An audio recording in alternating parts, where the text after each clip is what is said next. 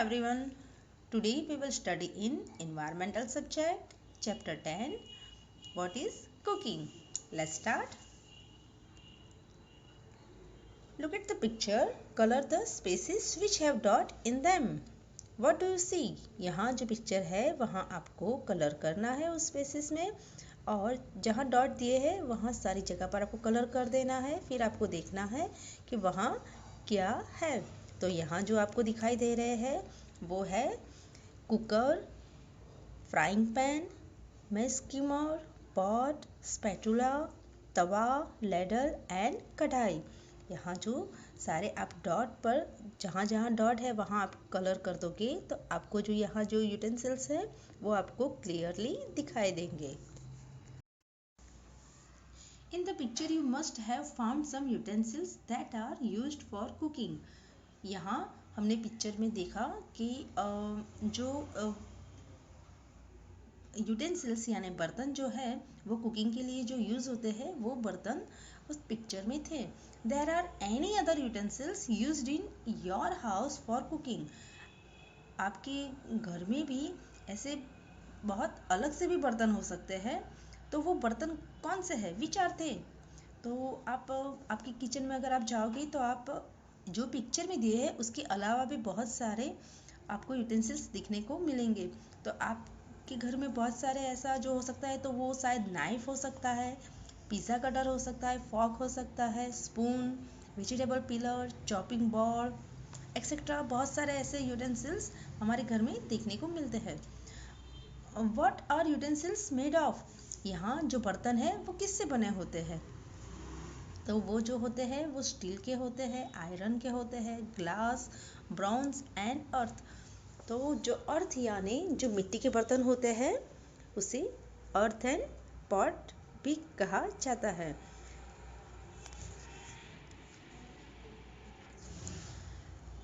Ask some elderly people what kind of utensils were used earlier. आप अपने elderly people जो बुजुर्ग लोग हैं, आपकी दादा दादी है, आप उनसे पूछो कि वो पहले के ज़माने में जो बर्तन आते थे वो कैसे होते थे और what were they made of, तो वो किससे बनते थे। तो आपकी जो एल्डरी है वो आपको आंसर करेंगे। पहले के ज़माने में ऐसे देखने जाओ तो बहुत बड़े बड़े बर्तन बनते थे। वो आयरन के होते थे, ब्रॉन्ज के होते थे और बहुत सारे ऐसे उसकी काइंड भी होते थे। We do not cook all the things that we eat. यहाँ जो है ऐसे बहुत सारे खाने की चीज़ें होती हैं जो हम बना के पका के नहीं खा सकते। Find out which things we eat raw and which one we cook before eating. ऐसे बहुत सारे जो फूड होते हैं जो हम पका के भी खाते हैं और उसे कच्चा भी खाते हैं। Which are the things we eat both cooked and raw? Fill in the table given below. यहाँ जो है आपको दिखाना है कि हम क्या कौन सी चीज़ ऐसी है जो कच्ची खा सकते हैं और कौन सी जो चीज़ है उसे हम पका के खाते हैं। Let's see. तो थिंग्स दैट आर ईटेन रो, तो उसमें टोमेटो होता है, कैरेट होता है, रेडिश, कैबेज और ऑनियन। ऐसी सारी बहुत सारी चीज़ें हैं जो हम कच्ची खा सकते हैं। और things that are eaten cooked, हम वो ऐसी सारी चीज़ है जिसे हम पका कर ही खाते हैं। वो है दाल, राइस, चपाती, पोटैटो और ब्रिंजल। हम पोटैटो ऐसे कच्चा नहीं खा सकते, ब्रिंजल को कच्चा नहीं खा सकते और चपाती को भी हम कच्चा नहीं खा सकते। जैसे राइस होता है उसे भी पकाना पड़ता है, जो दाल होती है उसे भी पकाना पड़ता है। और यहाँ आगे है things that are eaten both raw and cooked. ऐसी कई चीज़ है जो हम कच्ची भी खा सकते हैं और उसे पका कर भी खा सकते हैं। तो वो है carrot, tomato, black gram, radish and cabbage. तो ये सारी जो चीज़ें हैं हम उसे पका कर भी खा सकते हैं और उसे कच्ची भी खा सकते हैं।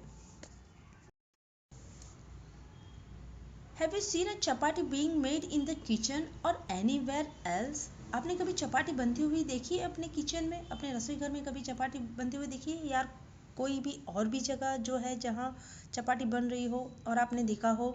There are so many things to be done for this taking out flour in the utensils. ऐसी बहुत सारी चीज़ है वो करने से चपाती बनती है। जैसे पहले तो हमें आटा लेना पड़ता है एक यूटेंसिल में, फिर kneading into the dough, making small ball all the dough and rolling out the ball and then cooking it on fire. After all this, the chapati reaches your plate after so much of effort. यहाँ जो है आपको पहले एक utensils में floor निकालना पड़ता है, फ्लोर यानी आटा निकालना पड़ता है, उसे बुनना पड़ता है और फिर उसकी स्मॉल बॉल बनाने पड़ते हैं, फिर उसको रोलिंग करना पड़ता है बेलन से, उससे रोलिंग करके वो उस बॉल को रोल करते हुए तो वो चपाटी जैसा बनता है। फिर उसे फायर पे कुक करते हैं, फिर वो आपकी प्लेट में आता है। तब जाके इतने एफर्ट हम करने के बाद हमें रोटी खाने को मिलती है। Go to the kitchen and observe something being cooked. आप किचन में जाओ और कोई भी चीज़ जो बनती है उसे ऑब्जर्व करो। What all was done cook it, वो कैसे बनती है, कौन सी ऐसी सारी चीज़ होती है तो वो बनती है। जैसे write the sequence, don't forget to write the name of them item being cooked. आप जब आप वो आइटम आप बनाने चाहो तो आप उसका name low. Look at the notebook of your classmate and discuss in a group. आपको ये खुद करना है कि आप कोई भी एक चीज़ बनाओ। जैसे आप टी बना लो तो आपको वो नाम लिखना है कि भाई मैं टी बना रहा हूँ, तो आपको लिखना पड़ेगा टी। तो उसके अकॉर्डिंग आपको सीक्वेंस में आपको लिखना है कि टी कैसे बनती है। Okay, You have seen that food items are cooked in a variety of ways. Some are baked and some are fried. Some are roasted while some are steamed. यहाँ बहुत सारी ऐसे फूड है जो बहुत बहुत अलग मेथड से हम बनाते हैं, तो उसके आपके नाम देने पड़ते हैं। पहले तो हम मेथड ऑफ कुकिंग में जाएंगे, तो वो जो रोस्टिंग होता है यानी सेकना, तो सेक कर जो हम चीज़ें खा सकते हैं वो है स्वीट पोटैटो एंड कॉर्न।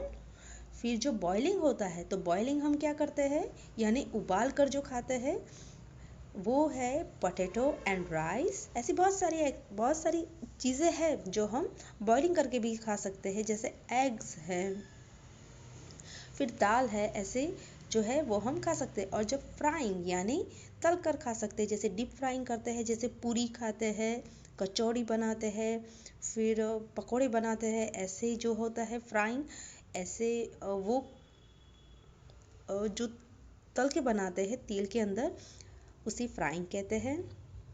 फिर बेकिंग में यानी उसमें चपाती बनती है और डोसा भी बनता है। तो बेकिंग में क्या होता है, केक भी आ सकता है ना। ऐसी बहुत सारी चीज़ें जैसे हम बेक करके उसे बनाते हैं। अब है स्टीमिंग, तो स्टीमिंग में क्या करना पड़ता है, तो स्टीमिंग यानी जो स्टीम से यानी जो उसकी भाप होती है उससे जो बनती है वैरायटी और जो कुकिंग हम करते हैं वो है इडली एंड ढोकला। जो इडली होती है वो स्टीम से बनती है, उसे हमें फ्राई नहीं कर सकते हैं, हम उसे बॉईल नहीं कर सकते, उसे रोस्टिंग भी नहीं कर सकते हैं, राइट। तो उसे इडली और जो ढोकला होता है उसे हम स्टीम से बनाते हैं। Okay, identify the picture given below and right their names. यहाँ जो नीचे दी गए हैं पिक्चर, इसको आपको पहचानना है और उसके नेम लिखने हैं। जो फर्स्ट पिक्चर में हम देखते हैं तो वो कौन से प्रोडक्ट से हमें हीट देता है वो हमें यहाँ दिखाना है। तो यहाँ उसके आंसर के साथ दिया गया है। तो फर्स्ट में आएगा वुड, सेकंड में आएगा कोल एंड थर्ड में आएगा गैस, फोर्थ में यहाँ ऊपर है वहाँ सनलाइट है, फिर उसके नीचे जो है वो है केरोसिन ऑयल से उसे हीट मिलती है, और यहाँ जो लास्ट में है वो है इलेक्ट्रिसिटी, तो इलेक्ट्रिसिटी से यहाँ हीट मिलती है। Soak whole mung seed overnight in water. In the morning, wrap the soaked mung in a wet cloth and cover it. Take it out after a day.